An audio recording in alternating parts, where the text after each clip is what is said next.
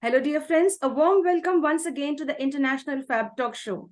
My dear friends, it's a pleasure to connect with you every single day with a new guest, with a new celebrity, with their wisdom, with their knowledge, and of course, their passion to create a special place in your heart to share their journey on the professional and personal front. My dear friends, we are very happy to invite Dr. Vidya Iyer from Chennai. She's one of the brilliant individuals this universe has ever had. And yes, dear friends, we'd like to introduce you to our celebrity today, Dr. Vidya. Ma'am, welcome to the session. Thank you so much. Good afternoon, everybody. It's an honor and privilege to be on this platform. Thank you so much for inviting me as a guest speaker today. Thank you. Thank you, ma'am. Thank you for accepting our invite. The moment you said yes, I was like jumping off my seat. I was really thrilled to have Dr. Vidya with us today to share everything that she has within her. She would like to share it with others, and we are eagerly waiting to listen to you, ma'am. Thank you so much, Crystal, for those kind words. Truly means a lot. Thank you. Thank you, ma'am. Dear ma'am, I'd like to introduce you officially to our virtual audience and our guests. May I, ma'am? Yes, sure. With your permission. Yes, dear. Thank you so much. So, dear friends, I'd like to introduce our special guest today in an official way. Dear friends, Dr. Vidya Hari is a passionate dentist, a physiotherapist, I should say a psychotherapist, right? That's the correct word. A psychotherapist and a counselor.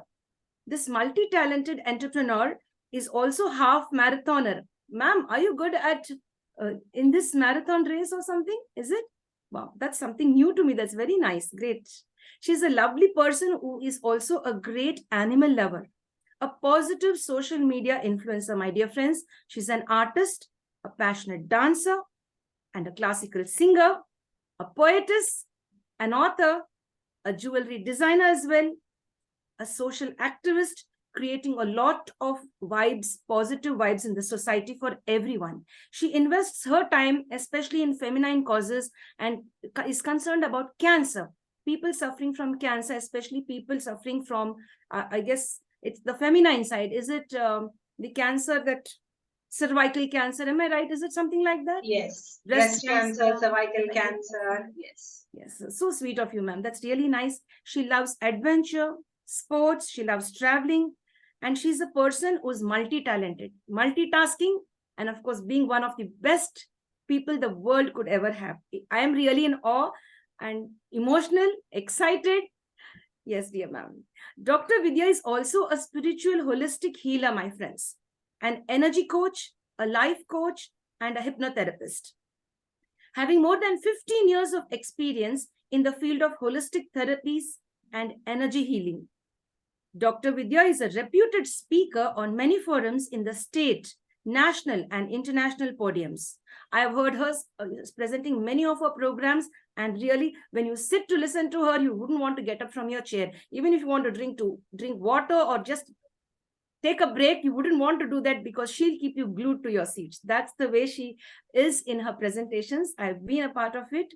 She has numerous publications and indexed international journals to her credit. Her passion for teaching has made her a favorite teacher for over 2 decades. And even now, we also would love to hear you teaching or sharing something from your side. It's really a privilege to be a part of your sessions, ma'am, especially on the Yellow Pond, where I mostly come over there to visit and to gain knowledge. You're one great speaker over there. She is nothing less than an inspiration to the youth. I would like to change something here. Not only to the youth, my dear friends, to every single person, the youth, the middle-aged, the senior citizens, and everyone. She's an absolute positive person who is having this go-getting attitude, not sitting down idle like this on a couch and relaxing. She has this go-get attitude always and encourages others also to have this attitude around her. Anyone in her aura will be really mesmerized, and they will also have that, she's like the sandalwood, they rub off that fragrance. So she's somebody like that who spreads her fragrance and positive energy around everyone. And she wins millions of hearts with a radiant smile. And of course, the way she speaks, the way she handles every single situation without hurting the other person, creating positive vibes. We're going to have a beautiful journey with our special celebrity, Dr. Vidya Iyer. Welcome, ma'am, to the show. Thank you. Thank you so much, Crystal. Truly means a lot. I would like to thank Mary for giving this reference, and thank you, Crystal, for inviting me on your platform. Truly, I feel privileged to be a part of this international Fabtalks session. And thank you so much for just reading out all my accomplishments. I know I have a long way to go. This is just the beginning. So let's get started. So humble, ma'am. I have a long way to go. In fact, you have so many feathers in your cap. Like, I'm in wonder. I think this is the first profile I've seen with so many achievements, awards, rewards. Such a lot to your credit. Yet you are so down to earth, polite, humble. That's really great. Yes, dear. Dear ma'am, we begin with the session, ma'am. The very first question coming up. How would you define yourself? Who is the real Dr. Vidya? Wonderful question, Crystal. I mean, I go back probably around 28, 30 years back. And this was in 1995, to be very precise. I had completed my course in dentistry. I'm basically a dentist. So I completed my course in dentistry, and I got my first pay. Way back in 1995, my first pay was 250 rupees. Okay. So that is when I worked for the entire month. And I sat down with this money in my hand, and I felt very, very upset, to be very honest with all of you. I felt very upset, very sad. And there was a park next to my house. So I went to the park that evening after getting the salary. And I sat and cried my hearts out. Okay.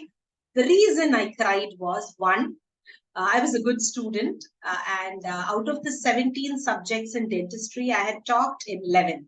So which means I was a good student, right? And I had always been very good in my education part. A very hard worker, very did everything with determination and dedication, and everybody was happy around me. So I had given everything I had to do what I wanted. But this salary which I got in my hand put me into a very deep thought: who am I? And I'm so privileged to answer that question almost 20 years later, 28 years later with Crystal, right? So the question I asked myself, who am I, was because I was already somebody's daughter, right? I was married by then, so I was somebody's wife, somebody's daughter-in-law, and all of them were very successful in their life. So the reason I asked who am I to myself was because of what I earned in my hand.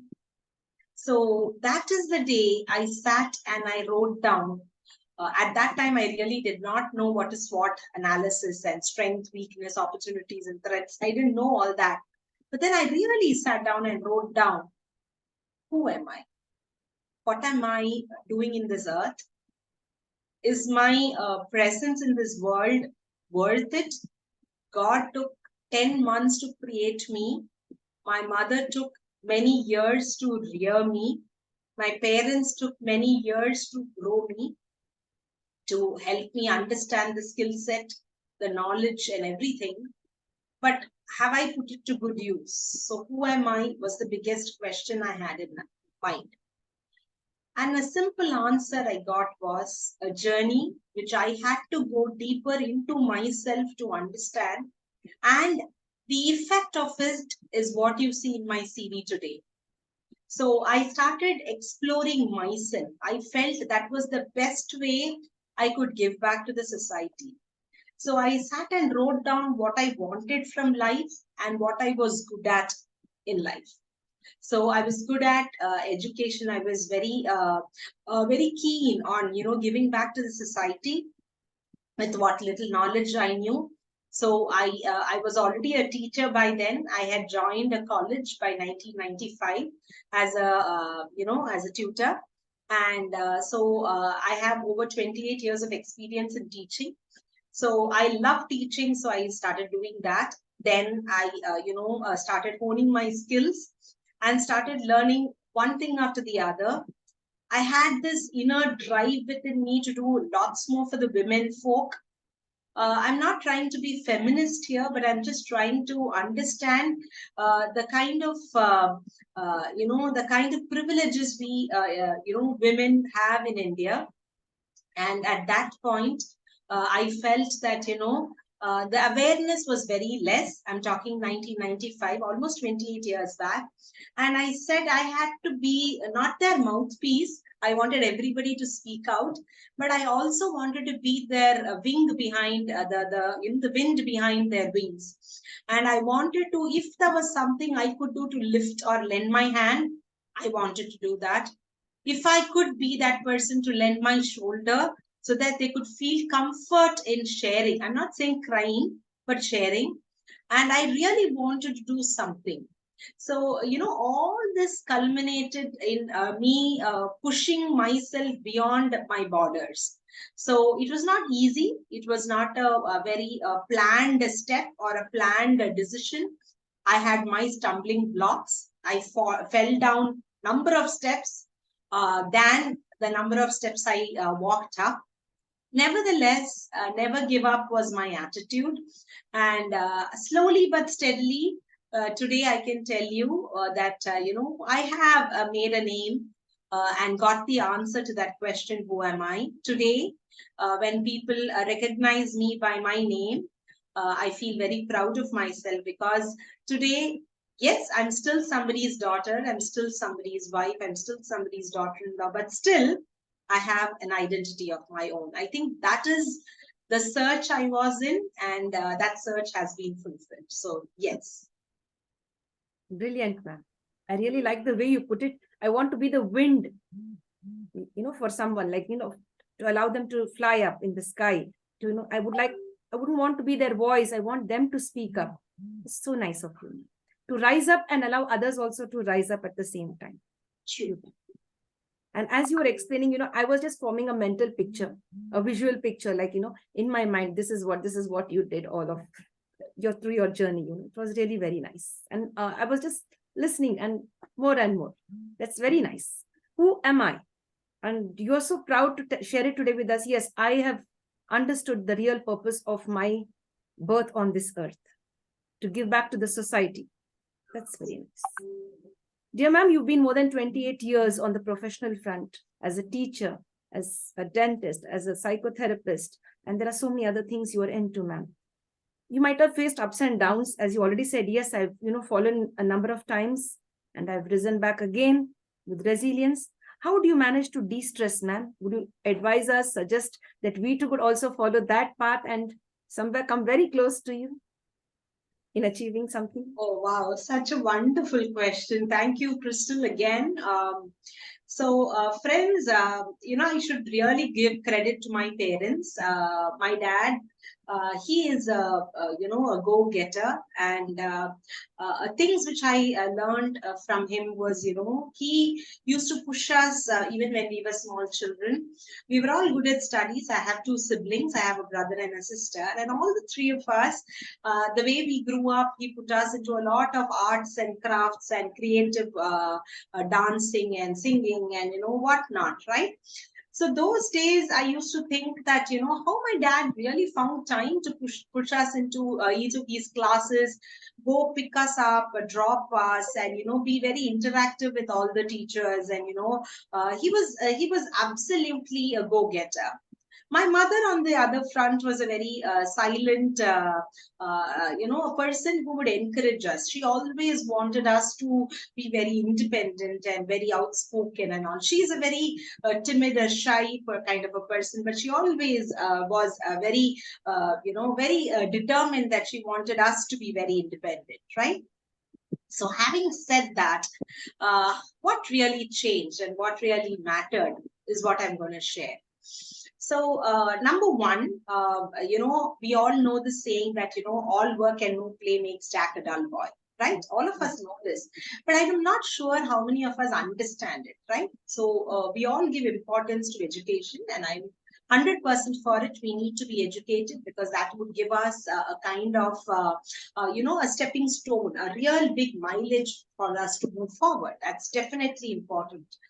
But we need to live a holistic life. I've also heard many people say that, oh, thank God it's Friday, Saturday, Sunday, I'm going to chill out. And, I'm not going to do anything which I did on the last 5 days. This Saturday, Sunday is going to be my time, my fun time. And this is what people used to say.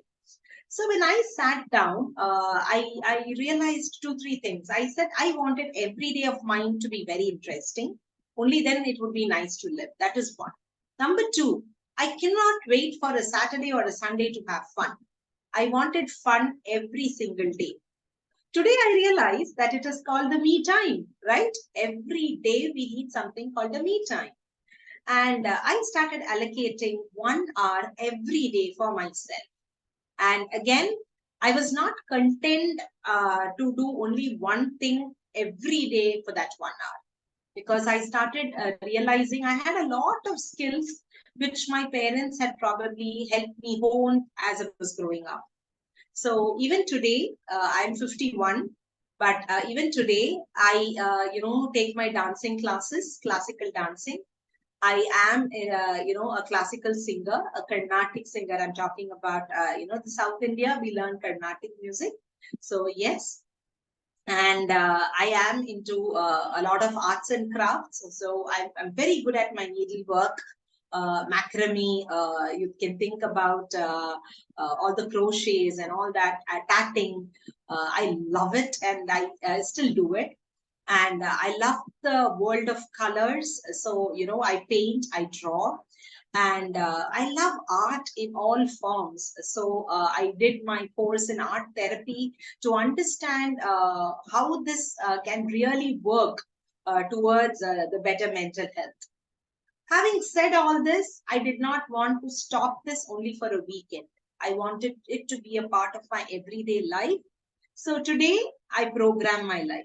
I write down what I have to do from morning till night, and I intersperse my fun time, my time which I feel gives me some kind of a happiness, some kind of a de-stressor. If you think that's what the work would happen to us, right? Other than this, I also run a lot of series. I run what is called the Get In, Get Fit series. So this I started during the pandemic. I said, like, many women from, when I spoke to them, they said that they were not able to get out. During the pandemic, none of us were able to get out for that matter. So I thought, how about opening up a session which can be for the betterment in terms of health? So we have yoga, we have breathing exercises, we have mindful meditation, we have progressive meditation or progressive relaxation of our body. We have dance therapy. So all this is a part of our early morning 40-minute session every single day. And that itself sets the tone for the day. Like, you decide how you want your day to be, right? So like you choose your clothes, you can choose or design your day too. So that's one. The second thing, I go for a gratitude walk every single day. That's around 14 kilometers roughly every day. So I step out of the house and I, first thank God for the day I have, and I thank God for every organ in my body, functioning to the optimum level. I also thank God for my parts of the body, my hands, my feet, my eyes, my nose, and everything that works perfectly well. Even if I have pain or anything on my body, I thank God for, helping me understand whether it's a good pain or a bad pain. For example, if I say I'm going to walk, definitely people will say, oh, walking so long, my legs will ache. So I always say, the good pain is when you walk and you have pain. Imagine if you have pain even when you don't walk and you're sitting down. That's bad pain, right? So I always say that, you need to have good pain rather than the bad pain. So thanks to God for helping me identify the good pain versus bad pain. And see, I'm sure whenever we write an exam, there's so much we have to learn, we have to memorize, we have to, remember, we have to assimilate, and then we have to reproduce into our paper. So there is a lot of learning, relearning, and all that, and memory and all. So I try to do or try to invest at least 10% of my day into something which is very creative, which I've never done before. Thereby, I help my brain cells, I help my body to always be active. That I feel is very important, and that actually removes a lot of stress. And stress, if you look at it, there are two types of stress. One is called the eustress, and one is called the stress in the terms of the negative word, right? So eustress is something which is positive, and you need that eustress, because otherwise you'll become complacent. You'll be very happy sitting or doing things in a very comfort zone. Now, until and Yes, ma'am. Do we have a technical issue from your the side? thing. Yeah. Is it all okay? Am I audible? Yes. Yes, yes. There was a slight technical issue. Okay. Can For you a hear me moment. now? Yes, ma'am. Right, dear. Okay. So pretty much I always felt that, I have to keep my creative side of my body always alive. So, and today through psychology, we understand that's the concept of neuroplasticity. Neuroplasticity basically means when you do something regularly, a new thing, a new language, a new skill, or something new which you've never done before, you're trying to challenge your inner body. Thereby, you develop, a complete new set of neurons, synapses, and things like that. So that that helps you to become a better version. So that's exactly what I consciously try to do on a daily basis. And today, I feel probably that excites me more, that gives me a great high. And this great high, I'm sure for all those people who are into the psychology background, gives out as four beautiful hormones called dose, right? Dopamine, oxytocin, serotonin, and endorphins. And they are the hormones for relaxation. So they are your love hormones, they are your relaxation or the meditating hormones. They are the hormones which gives you, a kind of a high when you get some appreciation or a reward for what the hard work you put in. So these four hormones, the dopamine, the oxytocin, serotonin, and endorphin, I try to see that I find out, organic means to develop these hormones in my body, which means I don't want anything externally. I want to do something with my body on a daily basis so that I can bring these hormones in my body. So even if it's a dull day in my life, or a day which is not gone well as planned, I think, I step aside. I, probably listen to a music or have a lot of hobbies that I try to do to de-stress myself. And this is interspersed so beautifully like the fabric of your thread. I like to really do this and keep it so alive that, my Monday is not like my Tuesday, and my Tuesday is not like my Wednesday, which means I don't have to wait for a Saturday, Sunday. So the entire 7 days of my week is so packed that I put passion into the work I do, and I do it with all my love, so that, I feel every day is a beautiful day. Thank you, Crystal. Wonderful, wonderful, ma'am. You are into so many things. Every day is a new day for you. Every day you would like to create something new. You mentioned about neuroplasticity, engaging in new activities. That's really very nice. I mean, I wish we were all like you. That's the only thing I have. One sentence. Hope we all are just like you. We get to know how you're doing all of that. And you say, I am at 51 like this. And it's really quite surprising. I was thinking you're somewhere in your mid-20s. Seriously, that's the thing that I had in my mind. Oh, and thank you so much for that. I feel very privileged, but no, I am 20 plus that 31. How sweet. That's really nice. And this is the secret of your energy. This is the secret of being so beautiful, young, energetic, vibrant, keeping yourself busy. Yes. Engaging in new activities. That's really very nice. Thanks for sharing that secret with us. All the 7 days. Every day is a new day, and every day there's no Friday, Saturday, or Sunday. It's every day. Beautiful. Wonderful. Dear ma'am, how were you as a little kid? How was little Vidya? Was she mischievous, naughty, shy, obedient? Who was that little girl? Oh, I have to really go back now, many, many years. Probably I'll go back to the years I remember. My parents were abroad, so I was pretty much, I grew up with my grandmother. I was born in Calcutta, So I was there with my grandmother in Calcutta, and I grew up with my uncle and aunt. So my parents were there in in the Gulf, and at that time there was no much schooling there. So as a small child, when I go back, I remember myself as a very timid, very shy, very not very open, a very introvert kind of a person. That is what I was as a child. Then in the second, third, and fourth standard, I went back to my parents because by then my grandmom passed away, and that is when I'm more of a person who tries to see people and learn or remodel myself to them. So my dad and my mom, they were my role models, and they still continue to be my role models. My dad was a very enterprising, is a very enterprising person, and I saw him.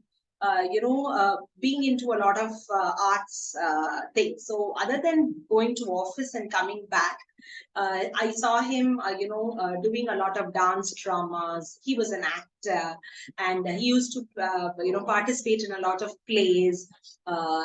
In those days, it was English and Malayalam. That's what he used to do it at, and very historic. And he won a lot of gold awards. And I'm talking almost 20, 30 years back when the social media was not much there.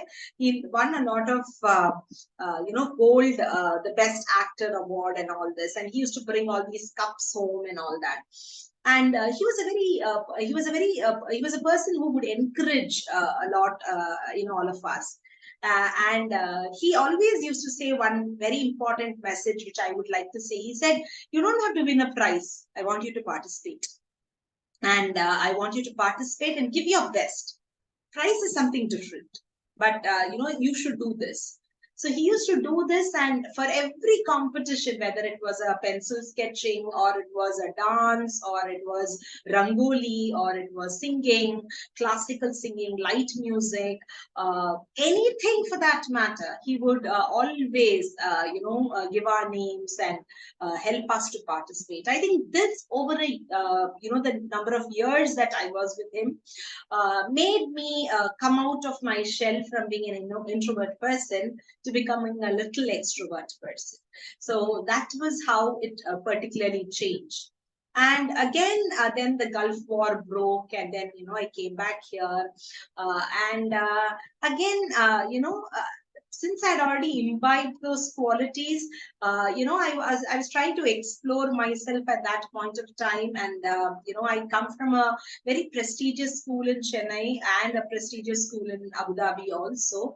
So, and I was in Abu Dhabi, I studied in the Abu Dhabi Indian School, and in Chennai, I studied in the Church Park Sacred Heart, and in Calcutta, I studied in the Carmel High School, Calcutta. So being in this atmosphere, I think, the focus was pretty much on a holistic development of a child. So that probably, helped me evolve as a better person. So even though I started off like a very timid, shy, and an introvert kind of a Vidya, today, if I say that I am an introvert, nobody would probably resonate or even accept if I say that. The thing is, because the world is so beautiful, and God has given us those 5 senses plus the 6th sense to explore the world and to make the best out of the world we have.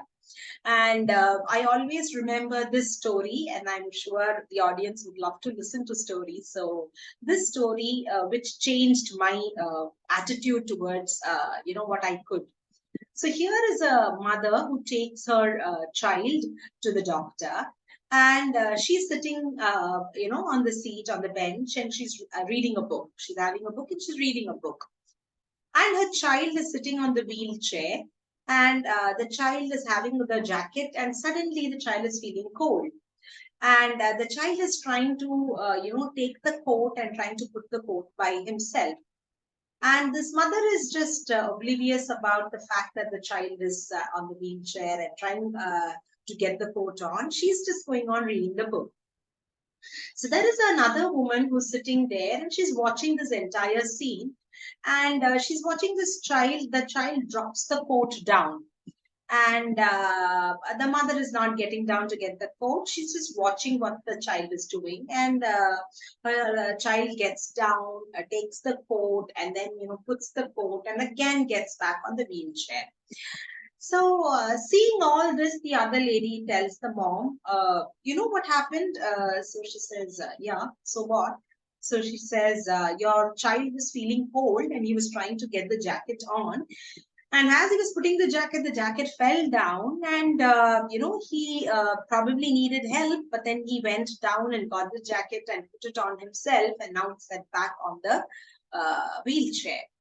So the other lady asked the mom, don't you think you should have helped your child? So the mother said, I did.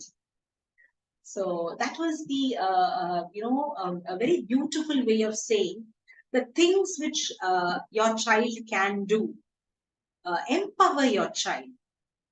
Empower your child from the beginning. Never make it feel that, he or she are dependent on.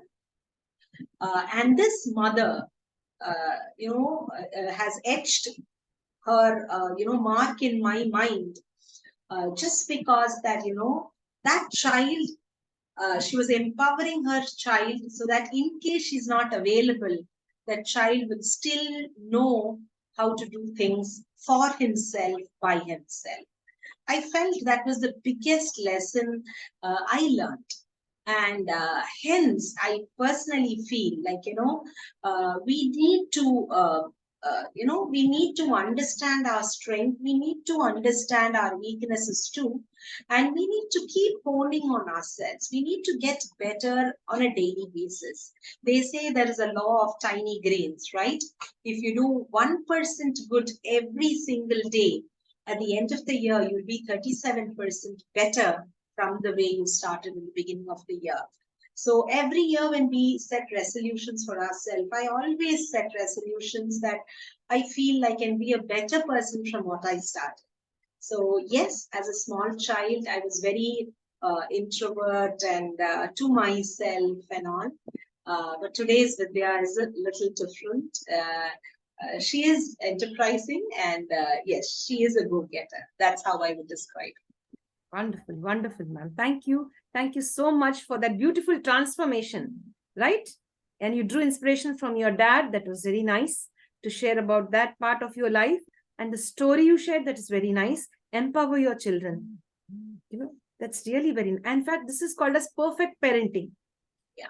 Most of us, including me, overprotective. So when you were sharing that story, so I was like feeling a bit guilty. Several occasions I was standing up and, protecting my child, even though when he was in his degree level, I was like, just behind him, like, overprotecting. And I get to understand that now you have to empower your child. And this story is a transformational story for all of us. That's really very nice. And thanks for sharing, ma'am. Thank you. Yes, dear. Dear parents, everyone out there should empower your children. You get to learn a lot from this little story, which our celebrity, Dr. Vidya, shared with us today. Dear ma'am, thank you very much. Thank you, dear. Yes, dear. Dear ma'am, do you read books? Do you read books is like the wrong question. I'm sure you'll be reading a lot of books. I would just like to know your favorite book, which you would like to share today on this platform. Oh, wow. Okay. Again, this goes back 14 years. So till 14 years back, I was only, I used to only read technical books. When I say technical, I mean my education books and medical books and things like that. And when I'm on a holiday or when I'm traveling or something, probably I'll pick up a Tinkle or Amar Chitrakatha or some light reading, like comics or something, Archies. I'm sure all these were the books we all grew up reading, right? And if I wanted some entertainment or some gossip or something, I would pick up, the Stardust or some things like that. But 14 years back, I read this line, and this line changed me. So this line was, leaders are readers. So if you wanted to develop a leadership skill, then you should start reading books.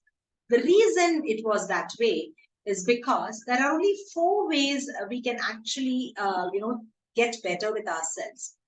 Number 1, The things that I know about myself and that you know about me is not very important. For example, if I know my name is Vidya, and now, Crystal, you know my name is Vidya, the viewers know my name is Vidya, this is not important.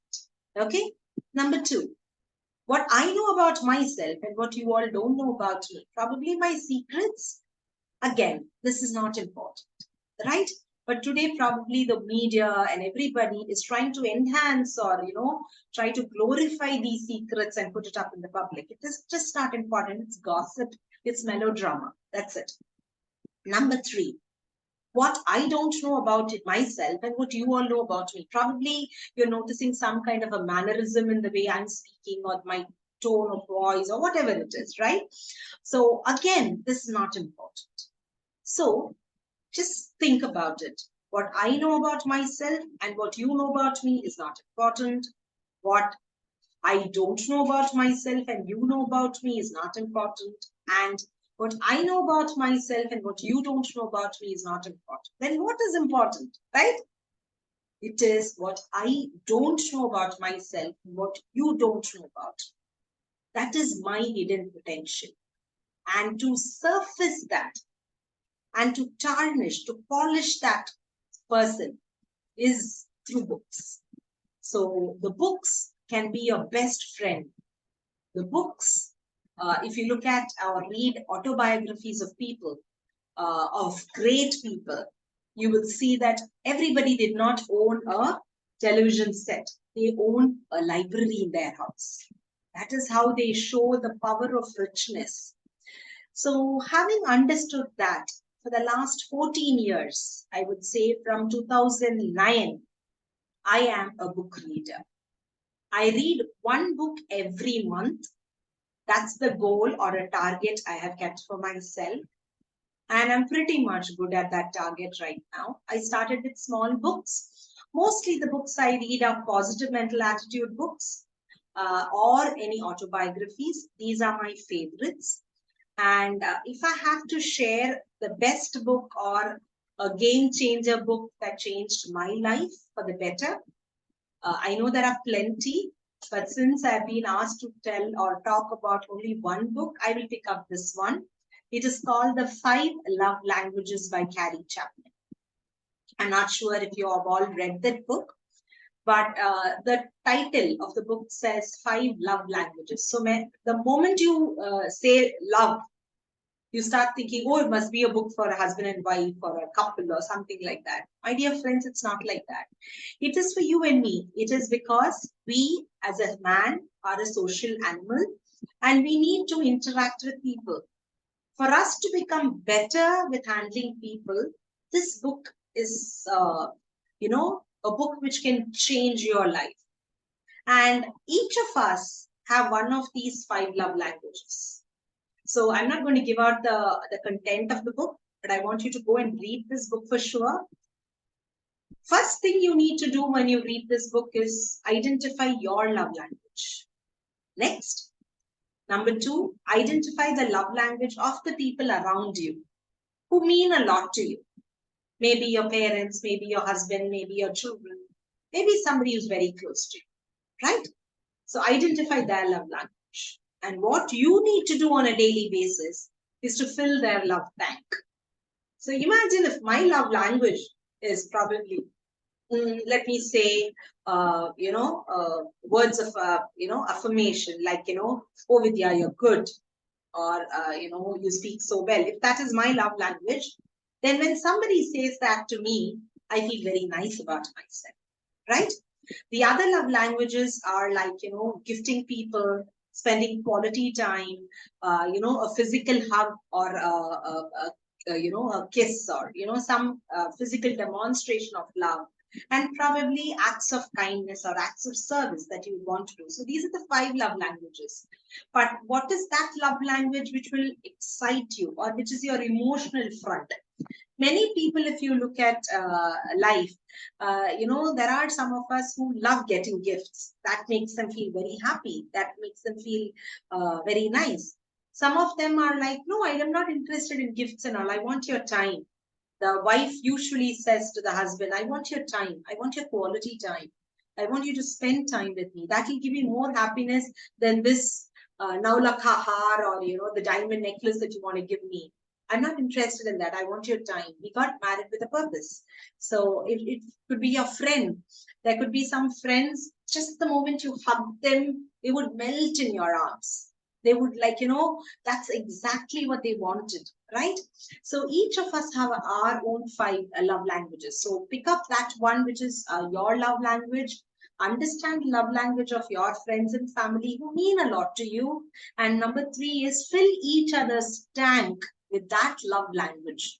So when I read this book for the first time, I think it was in 2010 when I got hand of this book. And from 2010, I am so submitted to this book that I understood the mistakes I had done with people. It gave me a room to change or correct myself. It made me a better human being. It made me a person who could empathize with people, to understand and develop a good emotional intelligence to handle people better. I knew exactly how to interact with people. And this book changed the way I practice dentistry. It changed the way I interact with people of my dental background. It helped me become better with people. I became a good listener. It helped me become a better psychotherapist. And I think this became a stepping stone for me to win a number of awards and rewards from life. So this book is a real game changer. And today I gift this book to people whom I know, who will be benefited by this book. I gift this book because I feel this book is something which each of us need to own. I'm not talking like, in a Kindle or in a PDF file.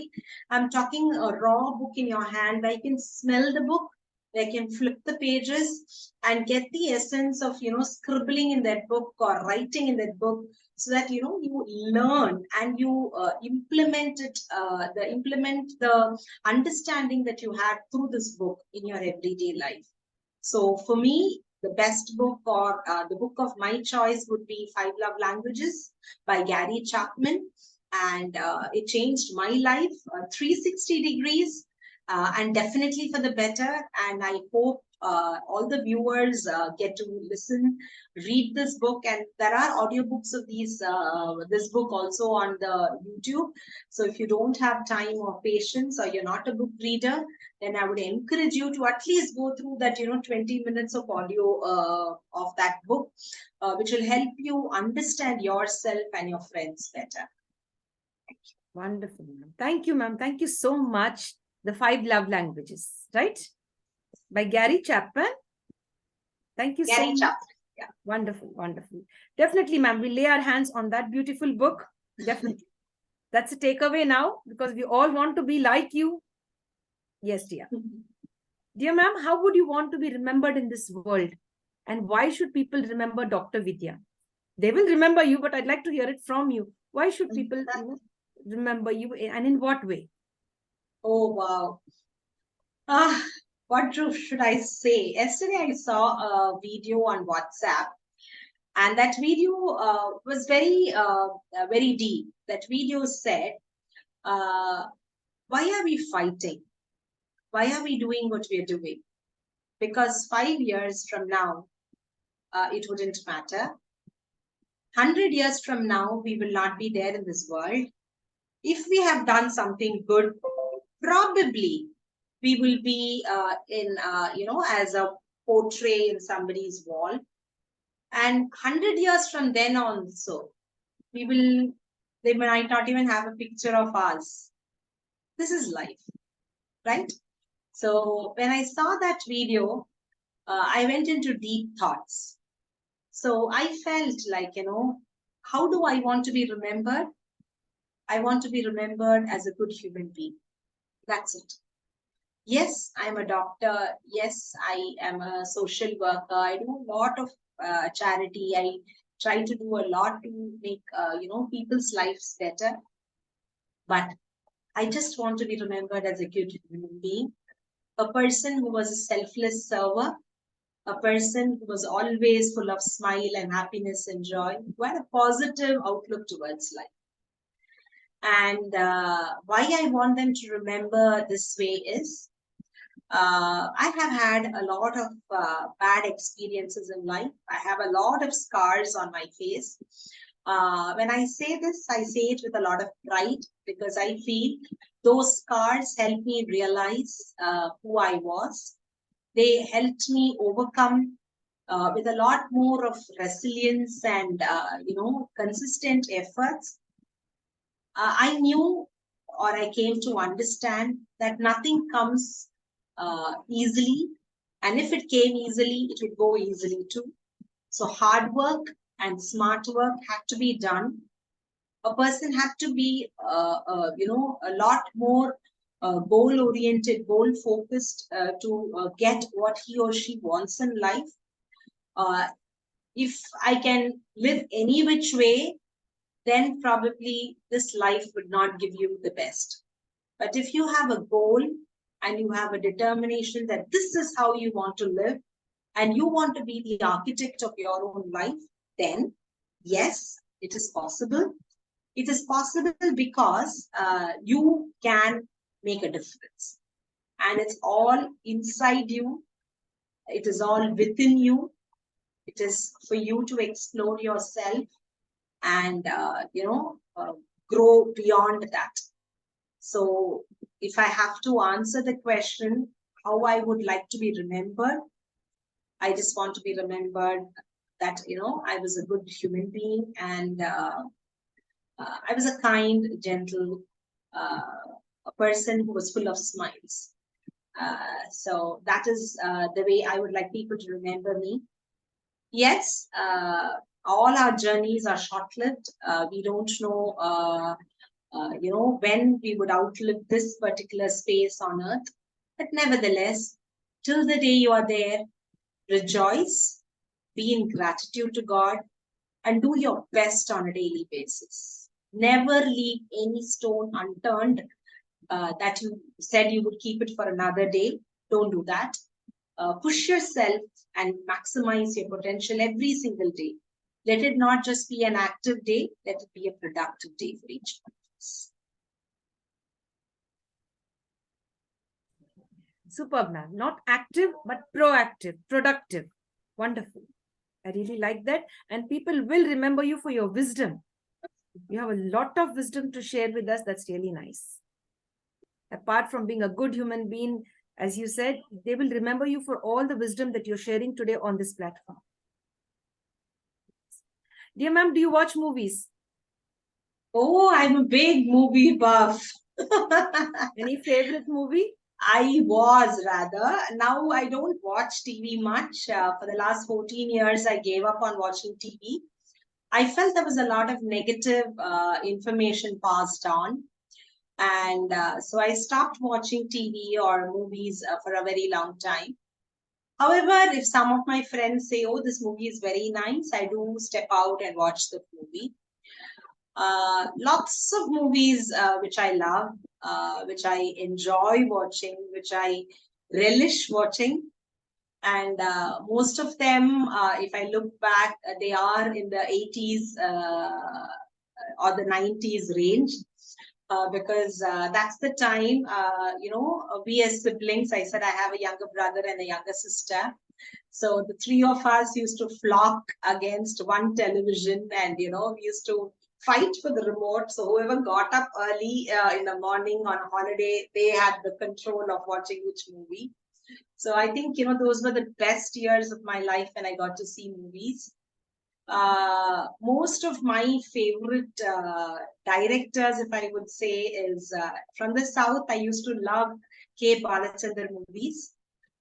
For people who remember Ek Duje Ke Liye and all, that's the director. He had a very sensible, women-oriented movie. So that was one. From the Hindi, I'm a Hindi movie buff. So from the Hindi, I love the Rajeshri production movies, which are these family oriented, fun, love, dance, and a lot of drama. I used to love that. And I also like Rishikesh Mukherjee's movie, which had a lot of fun element, a lot of like Golmaal and Angur, and I don't know, lots of them, right? So I used to love that. So these were my go-to movies whenever I was growing up, and I loved watching all of them. Of course, a lot of them are there. Nothing, I can't pick out one movie in particular to say that this is my favorite and all-time favorite. I can't say that. But I used to love a lot of actors in the sense I used to enjoy that movies. And one such actor was Sanjeev Kumar. I used to love his movies. I used to enjoy watching his movies. So lots of them, I mean, lots of them. I can't pick out one, but I have plenty. But these are my 80s and 90s. That's the time of growing up where I used to enjoy. Wonderful. You said Sanjeev Kumar, right? That's it. Would you like to sing for us? Or would you oblige? Not would you like, oblige, I should say more politely. You want me to sing any song? Yes, your favorite song, any song, or from any language. Okay. Okay, I'll sing a song on friendship. It's from a movie called Namak Haram. And the actors in the movie were Amitabh Bachchan and Rajesh Khanna. So here it goes. दिए जलते हैं, फूल खिलते हैं, दिए जलते हैं, फूल खिलते हैं, बड़ी मुश्किल से मगर दुनिया में दोस्त मिलते हैं, दिए जलते हैं, फूल खिलते हैं, बड़ी मुश्किल से मगर दुनिया में दोस्त मिलते हैं, दिए जलते हैं. Wonderful. Really, ma'am, it's very true. It's very difficult to get a good friend. Yeah. And it takes a lot of time to understand that particular friend. Is he or she going to be a backstabber? Right? That's really nice. Badi mushkil se, such mushkil. Very beautiful song. I really love it. Every line, every word has deep meaning. Thanks for obliging, ma'am. Thank you so much. Thank you so much. But one of my favorite songs is again, it's from another movie. That's about dreams. Would you mind sharing that, please? Okay. अपने प्यार के सपने सच हुए, अपने प्यार के सपने सच हुए. Very nice. Thank you so much, ma'am. Thank you for obliging. That's so sweet. That's what I said. Such a down-to-earth person, approachable. You are like one of us, even though we achieved so many things, so many rewards, awards, and you're, in the educational sector, your educational background, everything is so much, but yet down to earth, I could connect with you so easily. That's making me emotional, making me, so excited. That's really nice. There should be people like you out, not having that pride and ego. You're really down to earth. And that's what makes you unique and special. Thank you so much. Truly means a lot. Thank you. Thank you, ma'am. Thanks, dear. Dear ma'am, have you been on a holiday? If at all, yes. I love traveling. Your favorite holiday destination? Oh, I've not yet gone to that place yet, but then I would love to go. My favorite holiday, I'm looking forward for it, is going to be in Europe. I have gone to Europe in the sense I've gone to London. I've also gone to Italy and parts of Italy and all. But then I want to go on a complete, Europe tour, which is still my dream tour. But then I love traveling, and I do travel a lot. I like, visiting places in India and abroad. And usually in a year, I try to take short breaks and go on a work-based trip, at least 2 trips in a year. I feel traveling helps me connect with people. It helps me see the way people live, eat, understand their culture, understand their, background, heritage.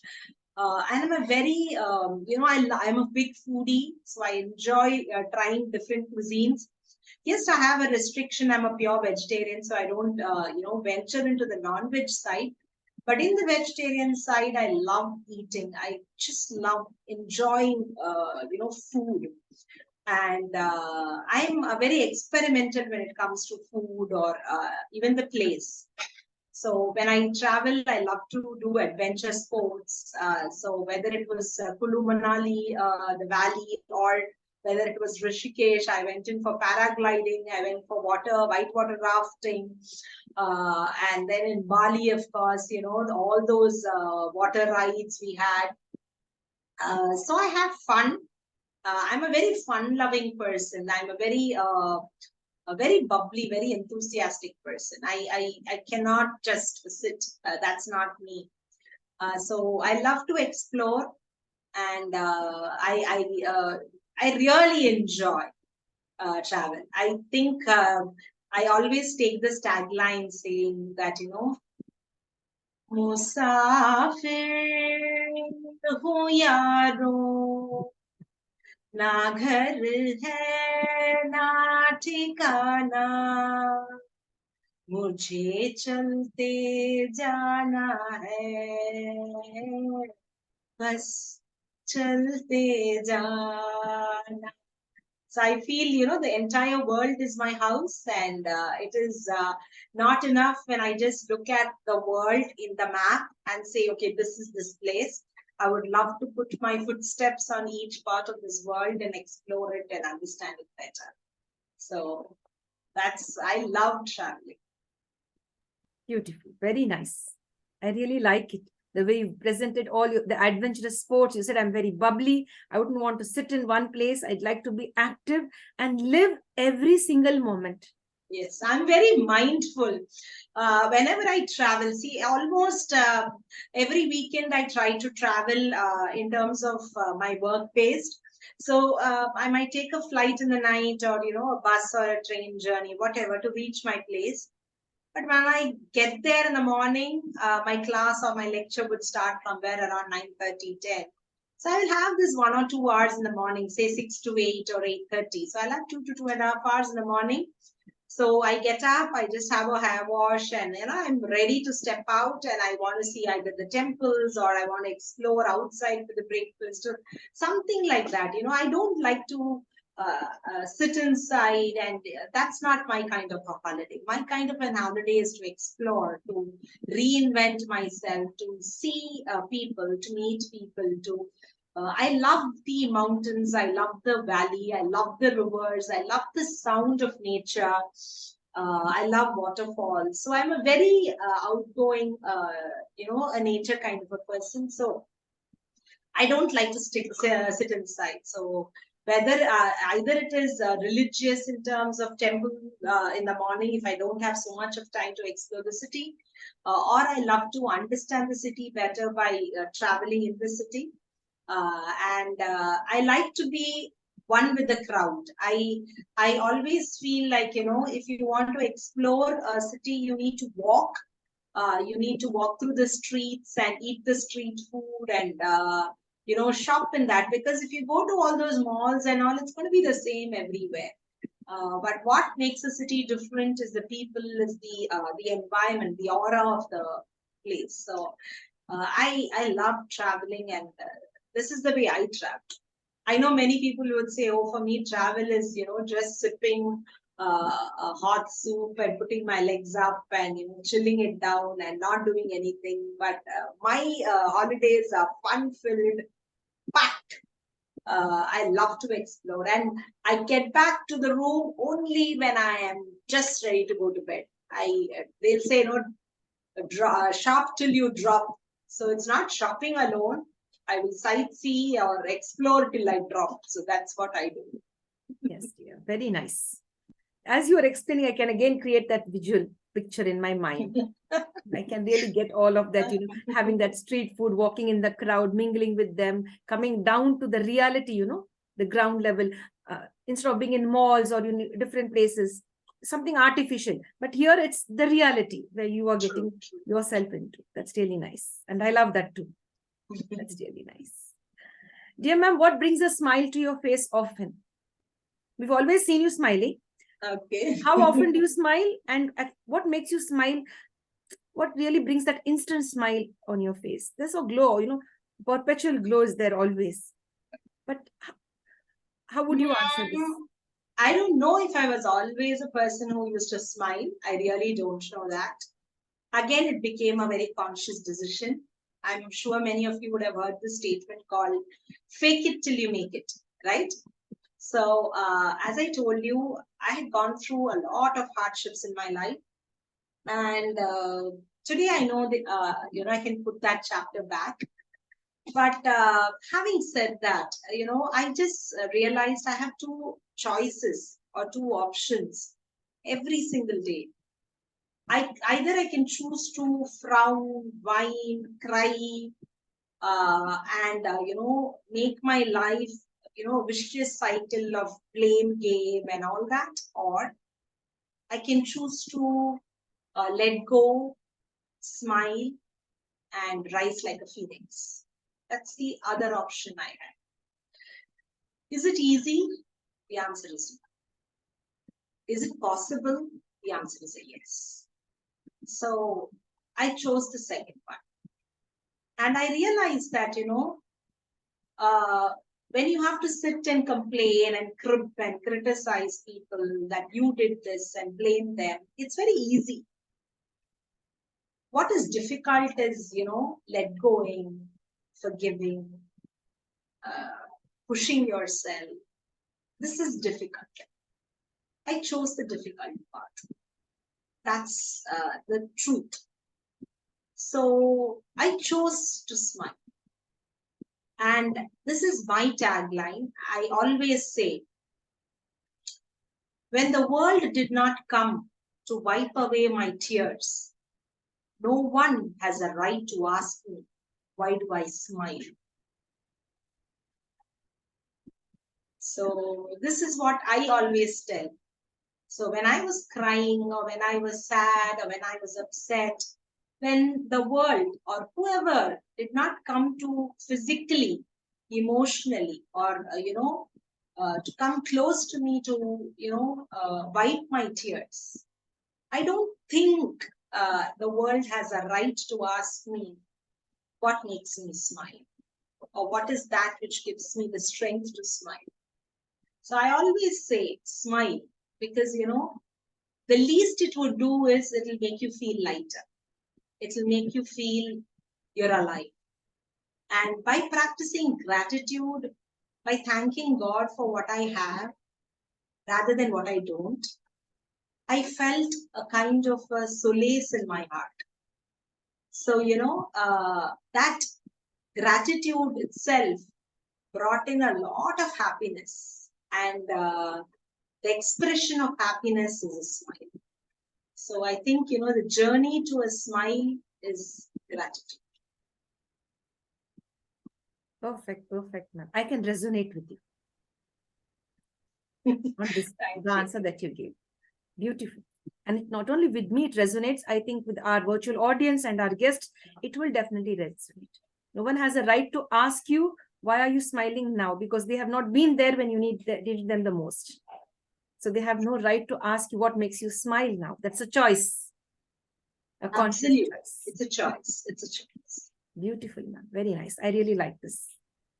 Wonderful. Dear ma'am, any weakness for sweets, chocolates, and ice creams? Oh my. I think I gave this answer. I said, I'm a foodie. And if I have a weakness, it's towards cakes, ice creams, uh, chocolates, probably only Kit Kat. And that also only foreign Kit Kats, because I think it has this kind of a little bitterness. And chips, potato chips. Oh my God, I'm not going to share that with anybody. These are my favorite things. If I have to sing, then I would sing. These are a few of my favorite things. So these are my weaknesses. But then of late, I'm trying my best to take control of things. The reason is I feel, we should be mindful about what we put into our mouth. As we choose our thoughts, we need to choose our food. So I'm trying to be a little mindful right now. I'm not saying I've given up on anything, but I try to not restrict, but be mindful. I relish every morsel I eat. At the same time, I know when I have to say a stop. Beautiful. The way our thoughts are, you should be conscious and mindful of our thoughts. Be mindful of what you're putting into your mouth. That's really nice. And especially once we have come to a certain age, we have to stay safe. I know. That's right. It applies to me too. So because I just gulp off anything, whatever, especially the fried food and sweets and chocolates. And then I start crying like, oh my God, I put on 1 kg weight. Like I've increased, my weight has increased. I'm like that. That's really nice. Very conscious. Beautiful. Dear ma'am, any favorite proverb or quote of yours which you still remember you'd like to share with us, which you are inspired by? Basically, I write a few quotes and I keep writing them, and I keep looking into that a number of times. I'll just tell a few lines from one of the quotes that I have written. I had written, "You are unique, you're special. Be mindful about whatever you're doing, because you have only one life to live, and choose to live your life king size." Brilliant, brilliant, wonderful. Choose to live your life king size. No matter what, you have to be a king in your own, space. If anyone treats you or no, you treat yourself, in that special way. Wonderful. That's really nice. Brilliant, ma'am. Ma'am, you have achieved so many things. According to you, which is your proudest achievement till date? Oh God. Okay, I'll go back to 2004. So almost 20 years back. This was, I was in a college. I worked as a staff in a college. And I did a lot of work towards waste management, or biomedical and biodental waste management. So till that time, we as doctors used to wear our head caps, our masks, our gloves, and all our aprons and all. But there was no regulation as how to dispose this, or put it outside to the environment. So it took me almost about a year, from 2003 to 2004, to do a study on this. And I had submitted my thesis to Symbiosis Center of Healthcare, Pune. And I had a lot of applause and accolades for the work I did. And I had written, somebody suggested, I should write an article on this and put it for publication. So I had written the articles, and almost about 10 or 15 journals, international journals, they rejected my article. So it was not easy, that 1 year of rejection. And then one person, one editor, he had sent a personalized note to me saying that, Doctor, none of us are in a position to evaluate this article of yours, because we have not done much work on this front. So yours is the first of its kind, not only in your country, but it's world over. So why don't you write a textbook on this?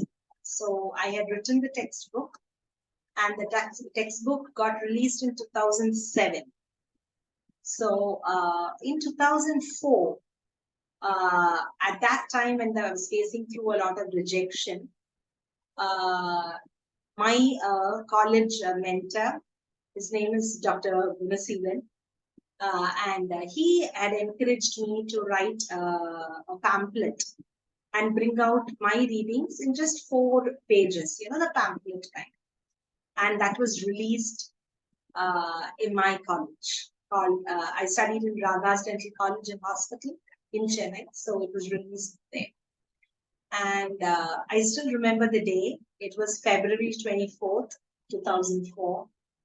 And that's the day I can never forget in my life. The reason is I had my teacher, Dr. Vidyaa, Dr. Ramachandran, on stage. And I also had the chief guest on stage. And Dr. Vidyaa had invited me on stage. And the crowd in front was a mixed crowd of the students of the college, their parents, because it was an annual day. And there were about, say, 4,000 people in the auditorium. And he brought me up on stage and he said, "Here is your role model." There were so many paths she took, which has never been threaded by any other person. She chose to walk the unthreaded path. She didn't have any company, not much of encouragement or light in that road to move forward. But her sheer determination and grit is what has made her achieve and stand tall. So here is Vidya, a person whom you can all emulate. So these were his words. And I really had tears of joy in my eyes that night.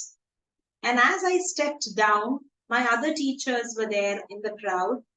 They came up to me and said, "I wish your parents were here and your family was here to witness what was told on stage today." Again, I go back to a time when social media was not so prevalent, and we never had those high-end telephones or cell phones to capture those moments or those videos for us. But there are some moments which are so special in your mind's eye, which remains special because you can relive, or it's like a movie reel which plays in your mind n number of times. So I remember those words of my teachers and my well-wishers, and a lot of them, Dr. M.R. Srinivasan, Dr. Indra, Dr. Savita, a lot of them, who came up to me and, blessed me, Dr. Ramani ma'am, Dr. Kala, a lot of them. So, they came up to me, they blessed me and said, you have achieved. I mean, what else can a person ask for? When, in front of so many people, you've been christened as the role model. And coming from what they say, the horse's mouth, right? So that was very, very special. So again, repeating the first question you asked me, who am I? That was one of the day or the beginning of when I got the answer to who am I. Beautiful, ma'am. Beautiful journey, ma'am. Really nice. Again, here I formed a nice visual picture when you were explaining 4,000 people, and they called you up on the stage, and when you got down the stage, the other teachers and your mentors and guides, your professors, lecturers all came up to you and congratulated you. I could just visualize all of that. That's really nice. Beautiful. Dear ma'am, now we have the rapid fire round, ma'am. The rapid fire round. Are you tired? No, I'm fine. Am I boring you or something? No. Okay. It's been an interesting journey with you. Yes, dear. I'm enjoying. Yeah. Me too, dear. Ma'am, we have the rapid fire round now, ma'am, where you have to answer either in 1 word or 2 words. Okay, we have a host round about 20 questions. Yes. So, dear ma'am, you love pets, yes or no? Yes. Favorite dog, cats? I had two dogs, Tony and Simba. I lost Simba on October 14th this year, just about a week back. But yes, I miss both of them, and they were my cheerleaders. Yes. How sweet. Your favorite color, ma'am? Oh, a tough question, but I think I'll go in with pink. Your favorite subject in school? I used to love science and maths. What, a message for the younger generation in one sentence? I generally don't like giving advice, but then probably if I have to say, I will say, don't give up. Keep on keeping on. Wonderful, wonderful. Would you select a zoo or a sanctuary? Which one? I will select a sanctuary. The reason is a zoo is a place where animals are inside a captivated area. Sanctuary is a place where they live in their natural habitat, and we are caged in a vehicle, and we are taken into their place. I feel when we would love our freedom, we need to give our animals that kind of freedom. So yes, sanctuary. I like this. We want our freedom, so let's give the freedom to them too. That's beautiful. Ma'am, I have a cup in my hand. Is your cup half full, half empty? Is it full to the brim or is it overflowing? Honestly, I like to keep my cup empty. The reason is I want to be a student all my life. I always believe that the day I stop learning is the day I would stop living. So I am always look out for learning from every individual I interact with. They could be of any gender, any age, any place, any nationality. So I feel I would love to have my cup empty, and I would like to die empty, which means whatever I have, knowledge, wisdom, whatever, I would like to share it with people. So I would love my cup to always be empty. Yeah. That's a unique answer, ma'am. And that's the first answer I've received on this platform. I've interviewed more than 100 people, 100 celebrities, and you're one such celebrity who says that my cup should be empty and I have to keep on refilling it in spite of achieving so many things. And this is the answer. Hats off to you. Hats off to you, ma'am. Thank you. Wonderful. That's really nice. So humble. I still have to learn. The day I stop learning is the day I Stop know. living. Super. Brilliant. Brilliant. Very nice. Ma'am, how many languages you know? I know a couple of languages, Hindi, English, Tamil. These are my languages which I can read, write, speak. I know other languages where I can manage speaking. Those are Arabic, Bengali, Malayalam, Telugu. I can manage, I can thrive in that surrounding. But predominantly it's 3. Great. Ma'am, if the Almighty or the universe offered you a superpower, what is the superpower you would choose? For myself? It could be for yourself or you could use it for the universe. Okay. Let me use it for myself. If I have a superpower that I would like to use, I would like to use the superpower of bringing happiness or being the reason for happiness for others in my life. Wonderful, wonderful. Ma'am, could you enlighten us quickly on 2 red flags? Stay alert. Create awareness today about 2 red flags. Just mention the names of any 2 red flags. When you mean the red flags, do you mean in terms of personal or professional or anything? It could be just anything, ma'am. It could be anything. Anybody out there, these are the 2 red flags. Stay safe. Okay. So the first red flag, which I would like to say is that, whenever you are lonely or whenever you feel that, you have nobody to listen to you, that's a red flag according to me. Always remember there would be one person in this world who's waiting to talk to you. And if you don't find anybody, I am there. So definitely contact me. So that's one red flag. Never feel lonely. The second red flag is learn to express yourself and not to impress anybody. Because when you express, you will be natural, you will be organic. When you start impressing people, there'll be a lot of stress on you. So don't live to impress, live to express. Wonderful, wonderful, dear. Very nice. Beautiful. Ma'am, any 2 changes that you visualize in the next 50 years? For myself?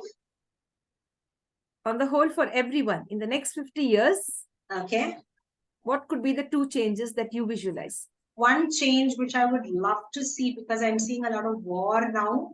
So one change which I'd love to see would be, in Sanskrit, we use a term called Vasudhaiva Kutumbakam, which means the world is my place to live. So the first thing which I would like to see would be that, I want the entire world to be united, to give and take, give more, take less. And second thing would be like, respect one another. It could be another religion, it could be another country, it could be another gender. Bring about equality amongst individuals. Perfect. Very nice. Thank you so much. Dear ma'am, if you are given a chance, a time machine, we give it to you in your hand, a time machine, click one of the buttons, you'll be going into the past, it will take you into the past. Whose life you would like to relive? The task here is you have to relive somebody's life. Whose life you would like to relive? Honest to God, I would like to relive my own life. I want to relive my own life and make the best of myself. Whatever learnings I got it at the age of 38, which I felt I had to go through a lot of trials and tribulations and come to that understanding that I needed to change myself if I wanted to change the world. Even though it was told to me by Gandhiji long time back, change is a constant thing and you need to change yourself. I never understood that. It took me time for me to understand that. So if I had a time machine and if I had a chance to go back in time, I would change myself from day one so that I would be a much better person today. Thank you, ma'am. Thank you very much for that answer, ma'am. That's really nice. Dear ma'am, do you forgive others easily? Yes or no? The answer is a yes. I forgive, but to forget takes time. I'm working on it. I'm work in progress. Same here. Same. I resonate with you. Same. On a scale of 1 to 10, how much would you rate yourself with regard to forgiving others? Right now, I will give myself 9 out of 10. Oh, great. That's really nice. Very nice. Ma'am, you love cakes, chocolates, or ice cream? Select any one. Kids, chocolates and ice cream. Cakes, chocolates, and ice cream. Cake. Okay. Cake, chocolate, ice cream. Cakes. Cakes.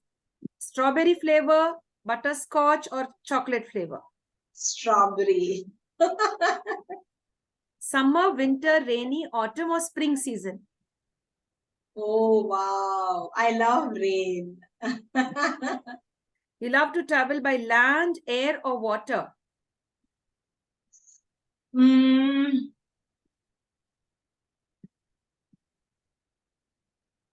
I love land. After a deep thought, right? Yeah, because I know you love walking. Yeah. And that's why you took some time to, what is the right answer, right? Exactly. Yes, dear. Ma'am, you like to stay in a city, a village, or a little town? Oh, tough question.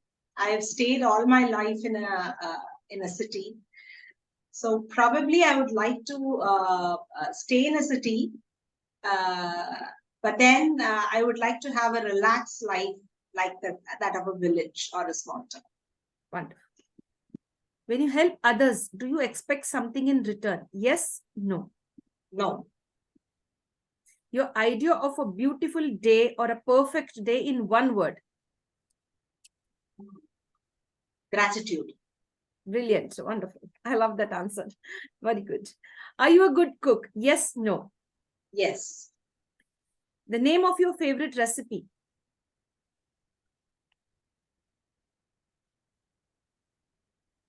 Aloo paratha. Great. Are you an early bird or a night owl? I prefer early bird. I'm quite opposite, ma'am. Quite opposite. And do you love salty, sweet, or spicy food? Oh, okay, spicy. Spicy. Is it money? Is it happiness, or both? Both. Introvert, are you an introvert, an extrovert, or an ambivert? Honestly, I'm an ambivert. Great, wonderful. When you're alone, ma'am, you're connected to your thoughts. Where do your thoughts take you? Do your thoughts take you into the past era, or in the past, or it's connected to your future, always thinking about your future?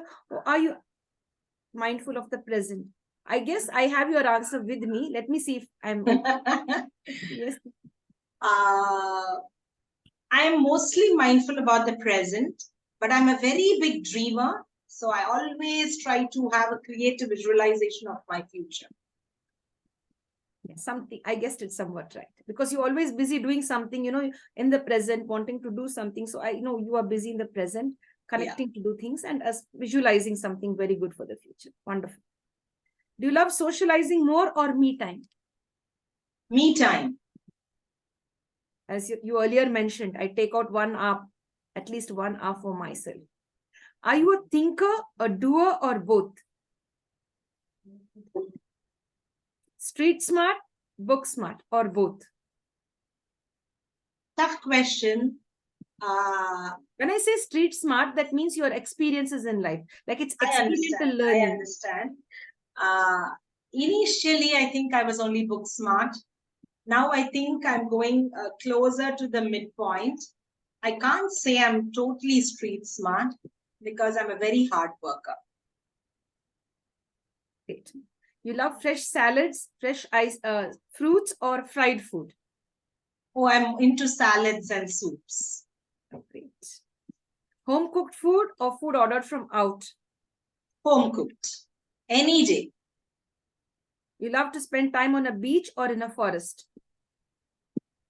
Oh, both are lovely, but then I would prefer the beach for now. Forest, I'm a little scared of wild animals and insects and also, yeah. Yes, Steve. Dear ma'am, you love to sing or dance? You're good at both. So which one would you prefer? Oh, I love both, honestly, both. But then I think, probably when I grow a lot more older, I don't know how much I would be able to dance, but definitely I would be able to sing. So I will take singing. Wonderful, dear. Dear ma'am, this is one last question. There's a little table, cute table, and you have a lovely book and great music. What would you lay your hands on? Music or book? Is Yes, that dear. question? Yes, dear. I would read a book. Yes, I was guessing that maybe you'll pick up the book. That's really nice. Ma'am, we'd love to have more time with you to get to know you still better. There's a lot that you have to share with us. We'll invite you once again on this platform to share more. And I had a beautiful time with you, and I'm still in that, right from the tip of my head to the tip of my toe. You filled me with a lot of wisdom and a lot of experiences. I'm really glad that you spent your time today with us. And we'd love to have you on many more sessions on the International Fabtalks. Thank you so much, Crystal. Thank you so much to this International Fabtalk platform. And thank you, viewers who are watching this episode. And thank you for all your love. And all I can say is stay blessed, stay happy, and always, be on this journey of life full of attitude. And if you have to pick up 2 things every single day, pick up a smile and pick up your attitude and walk yourself in this world. Thank you so much for this opportunity. Thank you, ma'am. There's one last question. 1 second, dear. Dear friends, we've come to an end of this beautiful session with our special guest, Dr. Vidya Hari Iyer. We had a beautiful journey with her. Of course, we have one more request. Dear ma'am, we all know that there are 3 magical words in the world: Please, sorry, and thank you. Apart from these three magical words, we request our guests every day who come on this platform to share extra three magical words for us and for our audience and our guests. It could be love, compassion, anything. Okay.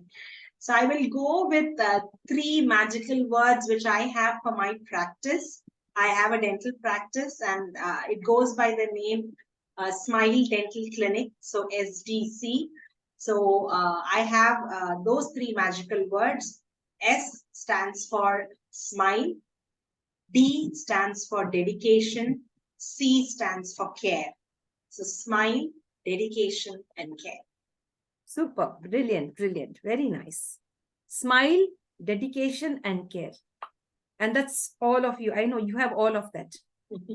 You're very dedicated. You care a lot about yourself and as well as others. And there's always a beautiful smile. Ma'am, very soon we'll again invite you to the International Fab Talks. Ma'am, thank you very much. Thank you for being with us today. Thank you so much. Thanks to the entire audience. Thank you once again. Have a great day.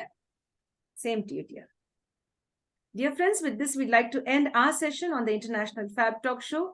Stay tuned and stay blessed, dear friends. Thank you, ma'am, once again. Thanks. Thank you.